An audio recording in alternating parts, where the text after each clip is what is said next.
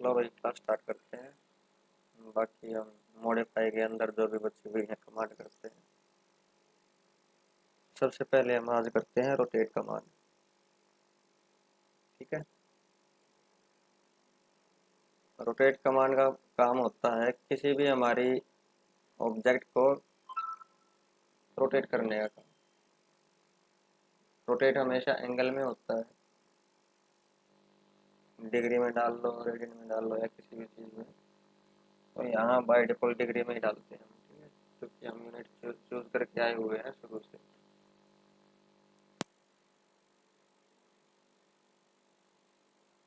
देखो, मान लो मैंने ये रेक्टेंगल है, इसको रोटेट करना है किसी एंगल पे।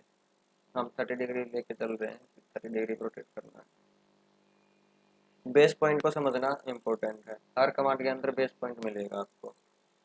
मूव में भी बेस पॉइंट था, कॉपी में भी बेस पॉइंट था। ठीक है। अब देखो, हर कमांड के अंदर आपको बेस पॉइंट मिलेगा। बेस पॉइंट का मतलब होता है कि उसी पॉइंट से सारी कैलकुलेशन होगी। ठीक है।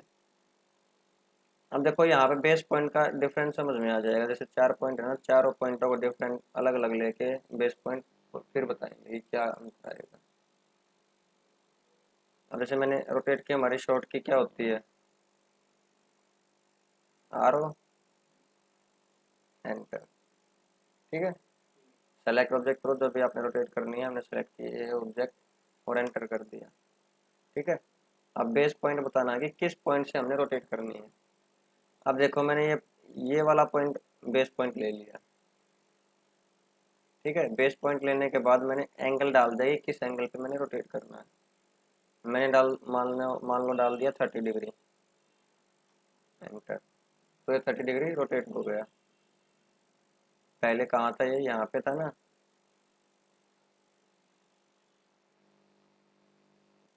ये वाली लाइन हमारी यहाँ पे थी।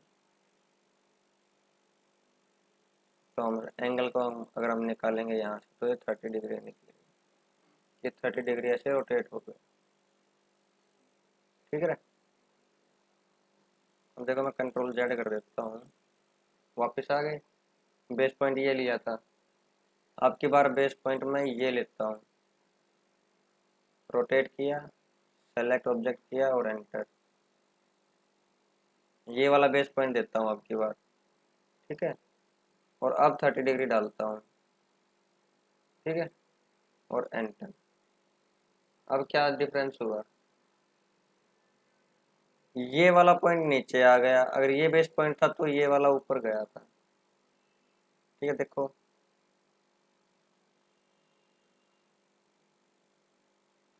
दिख रहा है ना, ये वाला पॉइंट नीचे आ रहा है इसमें।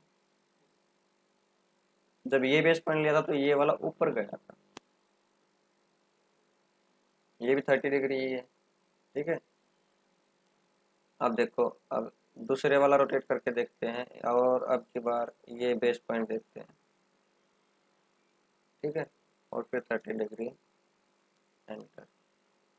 अब देखो, अब कहाँ से हो रहा है रोटेट, कहाँ से हो रहा है, उस वाले पॉइंट से जो मैंने बेस पॉइंट दिया है।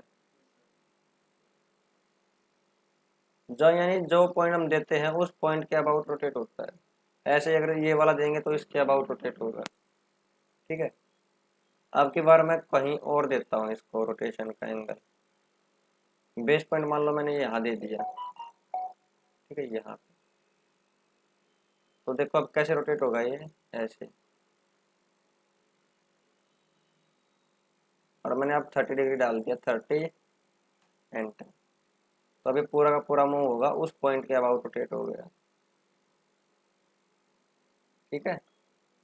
फॉर एग्जाम्पल और अच्छे से समझना है तो देखो, अब मान लो मैंने एक सर्कल लगा दिया और ये पॉइंट। ठीक है। और ये वाला मैंने रोटेशन डाल दिया और ये मैंने सेलेक्ट कर लिया कि ये रोटेट करना है। और बेस पॉइंट में इसका ये सेंटर पॉइंट दे रहा हूँ। तो आप देखोगे ना, तो ये ऐसे रोटेट हो रहा है। ये जितना एंगल डालोगे ना, यानी जो ये पॉइंट हमने बेस पॉइंट दिया है इस पॉइंट के अबाउट रोटेट हो रहा है। और जितनी दूर है ये पॉइंट इतनी दूर ही रहेगा। सर्कल मैंने इसलिए बनाया है ताकि आपको रोटेशन का पाथ पता लग जाए कि कैसे ये रोटेट होगा। ठीक है,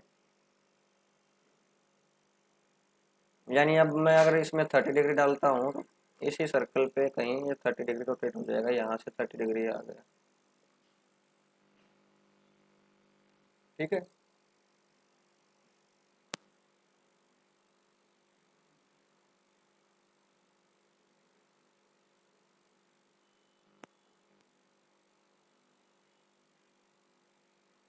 ये था हमारा रोटेट। इसके अंदर अब देखो कुछ एक और बातें हैं। अब देखो मैंने ये रोटेट करना, मैं चाहता हूँ कि ये ऑब्जेक्ट भी रहे और रोटेट भी हो जाए, तो क्या करोगे, सिंपल RO कमांड लोगे और सेलेक्ट किया और एंटर। ठीक है, बेस पॉइंट मैंने बता दिया। बेस पॉइंट बताने के बाद अगर मैं चाहूँ तो देखो ये कॉपी का ऑप्शन है, अगर कॉपी पे क्लिक कर दोगे ना, जैसे ये एंटर कर दोगे तो ये कॉपी हो जाएगा, हो गया है कॉपी। तो अब आप ना इसमें एंगल डाल दो, जितने भी एंगल पे डालना, मान लो मैंने 45 डाल दिया और एंटर। 45 डिग्री एंगल पे रोटेट हो गया और ये ओरिजिनल ऐसा का ऐसा रह गया। ठीक है, यानी जो ओरिजिनल था वो तो वैसे का वैसा ही है जिसको हम रोटेट कर रहे थे, लेकिन जो रोटेट हुआ है वो कॉपी होके फिर रोटेट हुआ है, कॉपी वाला ये हो गया। कॉपी का मतलब आ गया समझ में, कि जैसा पहले है वैसा भी रखना है और रोटेट भी करना है। ठीक है, ये होता है हमारा कॉपी। अब आता है रेफरेंस, ये इंपॉर्टेंट है, इस पर ध्यान देना।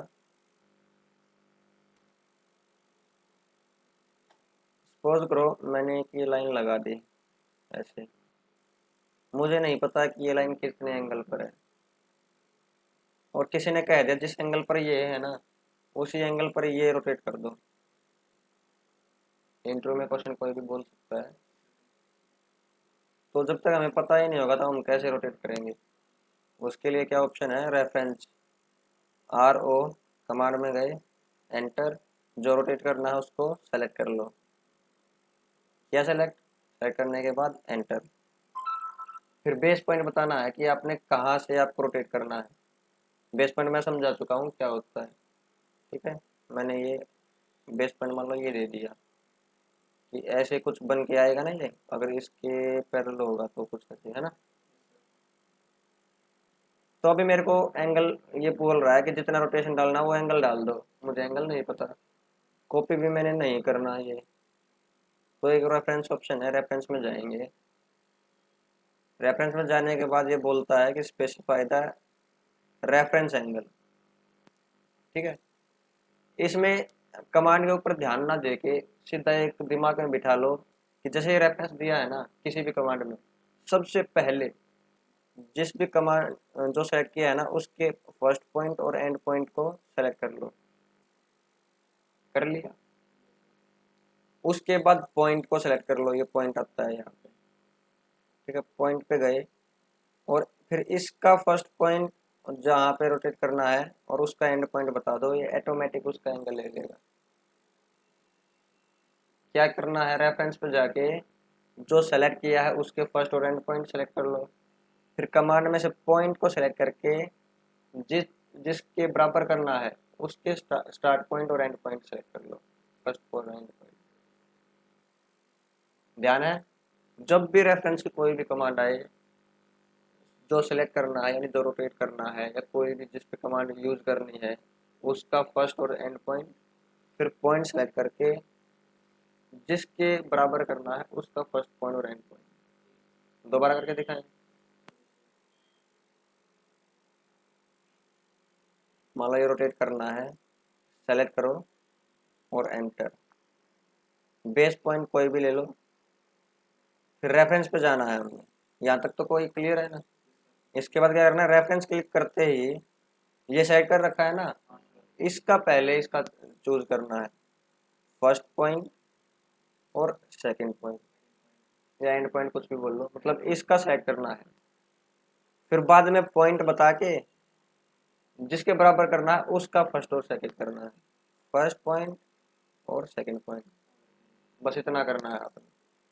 अपने आप जब मेजर करोगे ना तो ये दोनों बराबर एंगल पे मिलेंगे। चाहे देखो मेजर करके देख लो।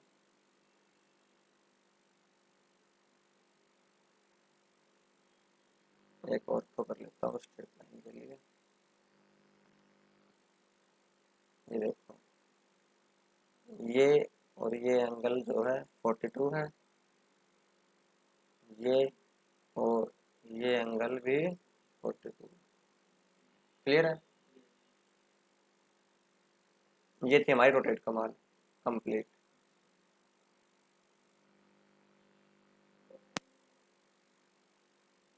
सेव नहीं करना।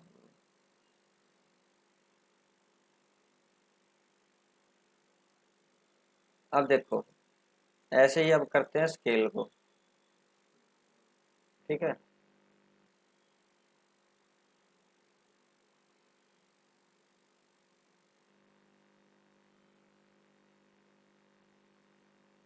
अभी रेफरेंस कर रहे हैं ना, पहले रेफरेंस ही कर लेते हैं।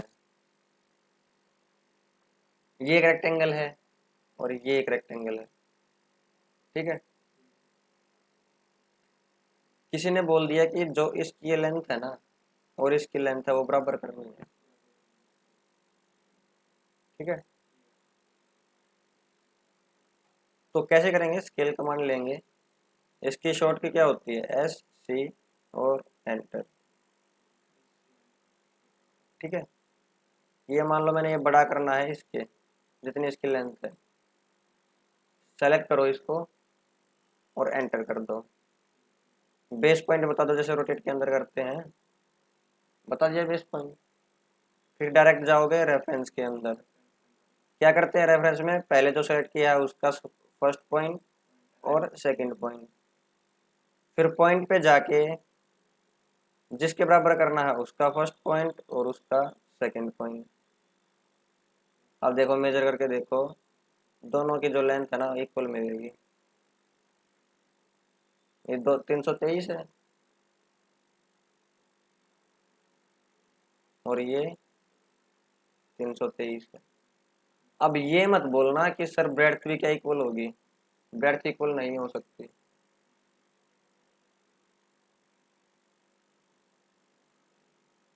ये देखो, ब्रेड्थ कुछ इतनी है इसकी और इसकी इतनी है अलग अलग। ये इक्वल तब होंगी तब इनका रेशो सेम होगा। यानी फॉर एग्जांपल मैं दूसरे तरीके से बताऊंगा कब इक्वल होंगी। डिलीट कर दिया। मैंने एक बना लिया, ठीक है, और इसकी कॉपी करके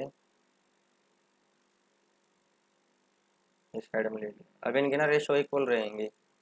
अब ना स्केल करना सीख लो पहले। ये मैंने स्केल करना है, ठीक है। अब जनरली तो रेफरेंस से मैंने बताया था। अब देखो जनरली स्केल होता क्या है। स्केल का मतलब होता है किसी भी ऑब्जेक्ट को छोटा या बड़ा करना। एक गुना बड़ा कर दिया, दो गुना बड़ा कर दिया, एक गुना में तो बराबर ही रहेगा। दो गुना बड़ा हो जाएगा तो दो गुना बड़ा हो जाएगा। ठीक है, लेंथ भी दो गुना बड़ी हो जाएगी, ब्रेड्थ भी दो गुना बड़ी हो जाएगी। ठीक है, तीन गुना करना है, जितना भी बड़ा करना है या छोटा करना है उतने से मल्टीप्लाई कर दो। ठीक है, फॉर एग्जाम्पल हमने ये दो गुना बड़ा करना है तो पहले इसकी चेक कर लेते हैं, तभी तो पता लगेगा दो गुना होगा।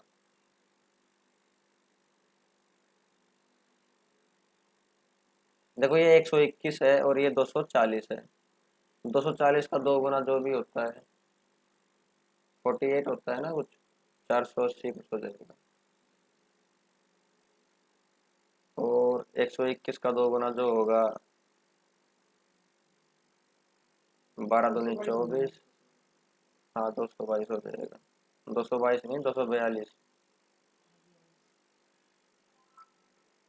बाकी पॉइंट में है 242 का, 243 भी हो जाएगा पॉइंट का और ऐड होके। दो गुना बड़ा करना है तो स्केल कमांड लेंगे। एस सी जो एंटर करोगे या वहां से क्लिक कर लो, फिर ऑब्जेक्ट को सेलेक्ट कर लो। मैंने ये सेलेक्ट करना है और एंटर कर दिया। ठीक है, बेस पॉइंट मैंने ये बता दिया मान लो। ठीक, और जितने गुना बड़ा करना है ये लिखा हुआ है स्पेसिफाई स्केल फैक्टर, यानी 2 गुना बड़ा करना है, 2 लिखो और एंटर कर दो तो ये 2 गुना बड़ा हो जाएगा। देखो 480 और ये 243। ठीक है।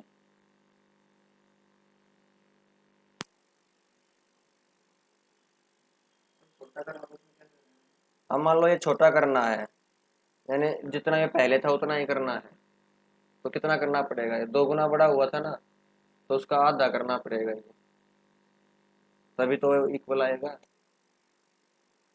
तो स्केल में जाओगे, क्लिक करोगे और एंटर, सेलेक्ट कर लिया ऑब्जेक्ट और एंटर कर दो। बेस पॉइंट बता दो जो भी आपने बताना, मान लो ये बता दिया। ठीक है। अब इसको जो मल्टीप्लाई करोगे 0.5 से करोगे। 0.5 यानी आधा हो जाएगा ना, 0.5 का मतलब आधा ही होता है, और एंटर। अब देखो वापस से वही आ गई। ठीक है। यानी स्केल फैक्टर डालना पड़ेगा कि आपने कितना गुना बड़ा करना है, कितना गुना छोटा छोटा करना है, वही आपको डालना पड़ेगा यहाँ इक्वेशन वैल्यू। आधा करना था ना, 2 गुना छोटा करना है ये, 2 गुना बड़ा किया था तब इक्वल करना, तो 2 गुना छोटा करना है। जब छोटा करना हो उस तरह से भाग करते हैं। अब 1/2 करोगे तो कितना आएगा? 0.5 आएगा। जितना गुना छोटा करना है ना, तो 1 के बटे में उतनी कर दो, वो जो इक्वेशन आएगी वो। मान लो 5 गुना छोटा करना होता तो 1/5, तो आता 0.2। जितना छोटा करना ना उसको 1 से भाग कर लो, जितना आंसर आएगा उतने से ये फैक्टर डाल दो फिर।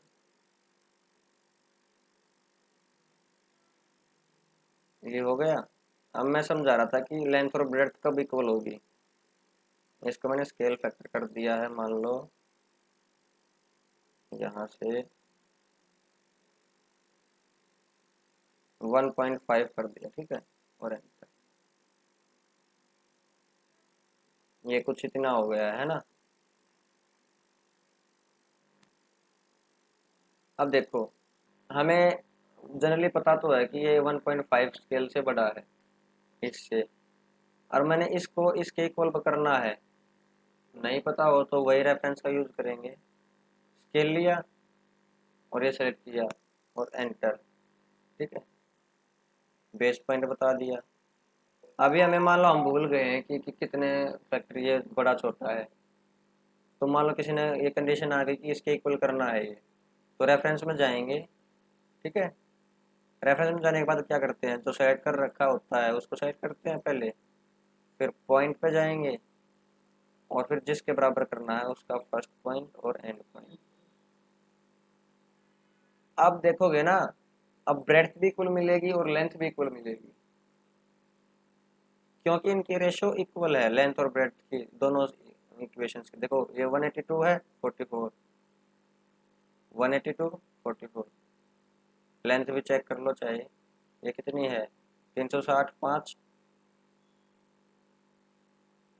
ये भी इतनी ही मिलेगी।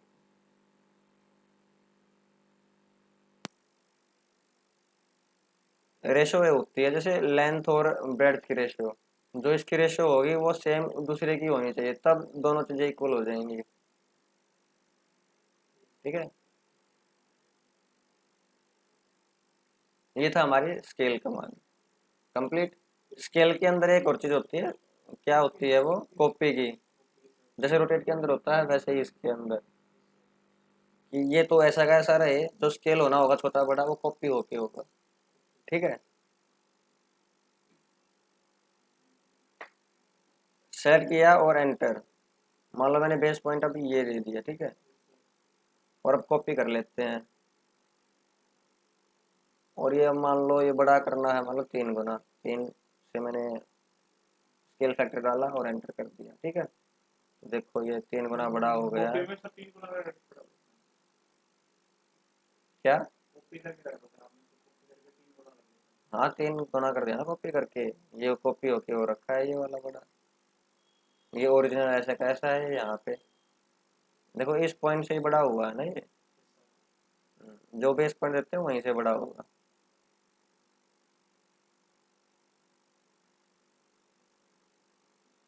ये थी हमारी स्केल कमांड। कॉपी हो गया, रेफरेंस हो गया, स्केल फैक्टर हो गया, इतना ही होता है।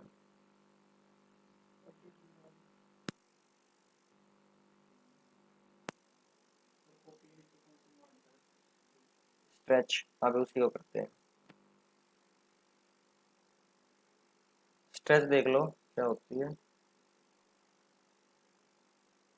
चलो इसको डायमेंशन से बनाते हैं। R E C enter, first point मैंने बता दिया, डी एंटर, सो ये कमांड ले लिया हमने, ठीक है। जिसकी लेंथ 100 और ब्रेड 50, ठीक है। अब स्केल के अंदर हम जब छोटा बड़ा कर रहे हैं तो क्या हो रहा था कि लेंथ के साथ ब्रेड भी छोटी बड़ी हो रही थी। लेकिन एक कंडीशन आ गई कि हमने केवल लेंथ लेंथ छोटी बड़ी करनी है। तो कैसे करोगे? अगर आप जब भी आप कोई रबड़ लेते हो, रबड़ को खींचते हो तो उसको स्ट्रेच करते हैं ना, रबड़ की चीज हो गई या कि स्प्रिंग हो गया ऐसी कोई चीज, तो वो चीज है यहाँ पे कि केवल एक डायमेंशन में चेंज करना है हमने, दो में नहीं करना। तो वहाँ स्ट्रेच यूज होगी, उसकी शॉर्ट की होती है एस और एंटर, ठीक है। जो भी आपने, हाँ इसमें ये ध्यान देना, अभी तक कैसे सेलेक्ट कर रहे थे हम इसको, ऐसे ऐसे सेलेक्ट नहीं करना, और ना ही ऐसे सेलेक्ट करना, और ना ही ऐसे पूरा सेलेक्ट करना, ठीक है। इसको स्पेशल ध्यान रखना है कि कैसे सेलेक्ट करना है। स्ट्रेच किया हमने, और देखो इस तरीके से करना है, ग्रीन कलर से करना है हमेशा, ग्रीन कलर से, ठीक है। और ग्रीन कलर से भी हाफ सेलेक्ट करना है, पूरा नहीं करना, ठीक है। ये ध्यान रखने की बात होती है। यहाँ गलती कर दी, कमांड पूरी फेल हो जाएगी, सेलेक्ट करने में गलती कर दी तो। हाफ सेलेक्ट किया और एंटर कर दिया। अब मान लो मैंने बेस पॉइंट ये बता दिया, ठीक है। अब देखो 100 है, 100 की हमने कितनी लेंथ बढ़ानी है, इसकी कितनी लेंथ करनी है, मान लो 150 करनी है सपोज करो। तो 150 करोगे तो उस तरफ वो डायरेक्शन दोगे, ऑर्थो ऑन कर लेता हूँ ताकि सीधी लाइन जाए, ठीक है। जितनी भी आपने लेंथ बढ़ानी है उतनी डाल दो, 100 में 50 बढ़ानी है ना, तो 50 लिखो और एंटर, हो गई 150। वापस करने हो मान लो 75 करनी है तो कैसे करोगे? स्ट्रेच कमांड लोगे और यहाँ से हाफ सेलेक्ट करना है, ठीक है, और एंटर। बेस पॉइंट बताया, अब डायरेक्शन उस तरफ नहीं उस तरफ बतानी है, तो 75 करना है तो 75 माइनस करोगे, तो 75 उतनी उस तरफ लेके जाना है, 75 लिखा तो 75 हो गया। हो गया ये, कम ज्यादा करना आ गया। अब देखो हमने क्या किया था कि इस वाले एज को पकड़ के इस तरफ उस तरफ किया था, और सेलेक्ट भी हम ऐसे कर रहे थे, ठीक है। अगर आपको हो कि सर मैंने ये पकड़ के लेके जानी है, तब कैसे सेलेक्ट करोगे?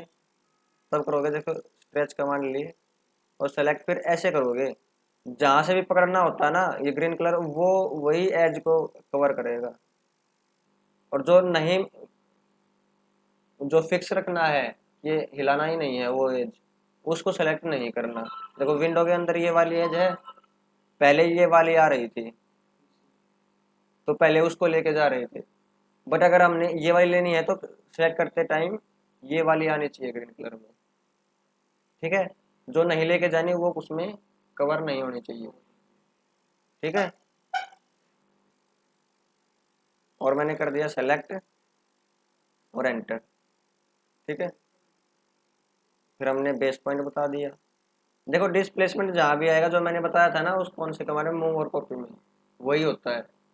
कोऑर्डिनेट देने होते हैं कि एक्स में जितना मूव करना है, वाई में कितना करना है और जेड में कितना करना है। ठीक है, तो वो वैल्यू आप डालोगे उसके अंदर। तो डिस्प्लेसमेंट आप देखो, कोई डाउट होगा तो पूछ लेना, मैं बता चुका हूँ वैसे। माइनस में क्या?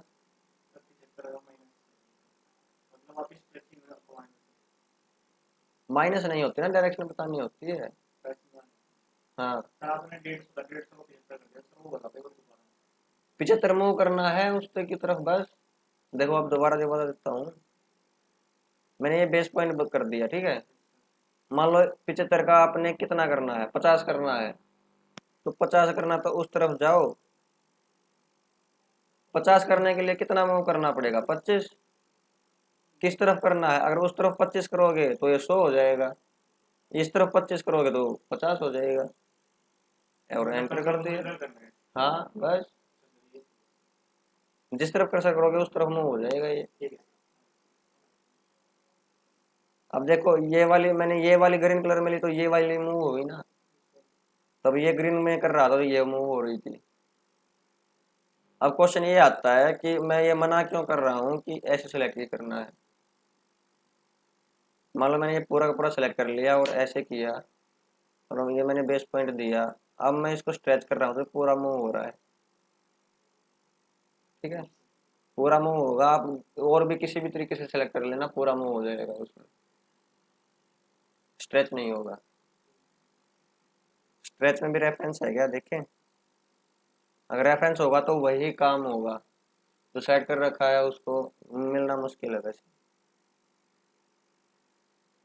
नहीं, डिस्प्लेसमेंट ही है ओनली। चलो कर लेते हैं डिस्प्लेसमेंट का भी, यहाँ एग्जांपल दे देते हैं, ठीक है। सेलेक्ट कर भी तो कैसे करना है, डिस्प्लेसमेंट स्ट्रेच, और ऐसे सेलेक्ट करना है। हो गया सेलेक्ट, डिस्प्लेसमेंट करके देख लेते हैं। डिस्प्लेसमेंट मैंने करना है, मान लो एक्स में कितना करना है, 50। इस तरफ करना है उस तरफ करना है, इस तरफ करना पड़ेगा। 50 उस तरफ करोगे तो 50 ये खत्म ही ना हो जाएगा। तो इस तरफ कर लेते हैं, ठीक है, उस तरफ कर लेते हैं। -50 करना लिखना पड़ेगा इसमें, -50 कोमा, वाई में लिखोगे तो ये थोड़ा तिरछा चला जाएगा। मान लो ये पॉइंट है यहाँ पे, तो अगर प्लस में वाई दोगे तो ये ऊपर की तरफ टेपर हो जाएगा, माइनस में दोगे तो नीचे की तरफ टेपर में हो जाएगा। मान लो मैंने -10 कर दिया, तो ये नीचे की तरफ 10 जाएगा, ये पॉइंट होगा नहीं टेपर में नीचे। तो डिस्प्लेसमेंट वही है कि जिस एक्स में या वाई में या जेड में, जिस भी डायरेक्शन में जितना मूव करना है उतनी वैल्यू डाल दो। ठीक है, ये डिस्प्लेसमेंट हर जगह वही काम आता है। देखो ये लीनियर करेंगे ना, यहाँ 10 की वैल्यू मिलेगी, 10 नीचे किया था ना हमने ये, इससे देखो ये 10 ही मिलेगा आपको। थोड़ा सिलेक्शन करने में दिक्कत हो गई है, ये गलत लग रहा है। ये देखो ये वाला पॉइंट फिर गलत हो गया है।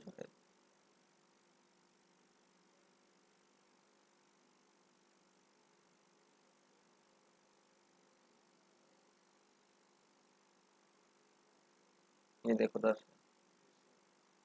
क्योंकि हमने -10 किया था, तो ये -10 का मतलब होता है कि नीचे की तरफ 10, और एक्स में 100 किया था माइनस का, तो उस तरफ ने 100 नहीं 50 किया था शायद। हाँ 50 किया, तो 50 तो पहले ही था, तो 50 और मूव होके एक्स में 100 हो गया। ठीक है, ये था हमारे स्ट्रेच कमांड कंप्लीट। अब देखो ये बनी हुई चीज है, इसका हमने मान लो मिरर करना है, यानी जैसे हमने एक शीशा रख दिया तो शीशे में कैसे इमेज बनेगी। हाँ वो भी जैसे भी करेंगे। तो मिरर कमांड है हमारी ये, इसकी शॉर्ट की होती है MI एंटर। मिरर कमांड में गए, जिसका भी आपने मिरर इमेज बनाना है उसको सेलेक्ट कर लो। मान लो मैंने इसका बनाना है, ठीक है, और कर दिया मैंने एंटर। तो अब जैसे सेलेक्ट करने के बाद यही पूछेगा कि एक फर्स्ट लाइन बताओ मिरर लाइन, यानी इमेजिनरी है कि मिरर लाइन बनानी पड़ेगी आपको। मान लो मैं एक फर्स्ट पॉइंट यहाँ लगा दिया उस मिरर का, ठीक है, देखो ऐसे बनेगी। जैसे मैं यहाँ बनाता हूँ तो देखो इमेज उस तरफ बन रही है, अगर मैं इस तरफ करता हूँ तो ऊपर की तरफ बनेगी, यानी जहाँ होगी ना उसके अपोजिट साइड बनेगी। ऐसे करोगे तो ऐसे, ठीक है, जैसे भी बनाना चाहते हो। जैसे मैंने ऐसे लगा दिया और ये बन गई। बन गई का मतलब ये तो गायब है, लेकिन उससे पहले देखो मैसेज आया हुआ है यहाँ पे कि जो भी सोर्स ऑब्जेक्ट है जिससे हम इमेज बना रहे हैं ना, उसको सोर्स ऑब्जेक्ट बोलते हैं। ये बोलता है कि सोर्स ऑब्जेक्ट को आप इरेज करना चाहते हो क्या, इसको डिलीट करना चाहते हो क्या। अगर आपने यस बोल दिया तो ये डिलीट हो जाएगा और वो क्रिएट हो जाएगा। अगर नो कर दिया आपने, देखो बाय डिफॉल्ट नो है, तो ये ऐसे का ऐसा रहेगा और वो इमेज क्रिएट हो जाएगी। मैंने नो कर दिया, देखो ठीक है, नो कर दिया और ये बन गई। ठीक है। अब मान लो इसको मिरर करना है, मिरर किया और एक यहाँ पे बना दी। अब की बार अगर मैं यस कर दूंगा तो वो डिलीट हो जाएगी और ये बन जाएगी, हो गई वो डिलीट और ये क्रिएट हो गई। ये थी हमारी मिरर लाइन, और कुछ नहीं है मिरर के अंदर।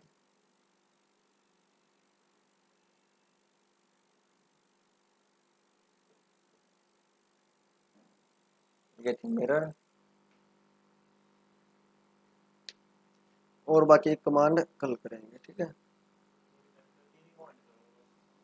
हाँ, 3 कमांड ये रहेंगे। आज के लिए इतना ही, कल फिर मिलते हैं। कल क्या सोमवार हो जाएगा फिर, सोमवार को, ओके।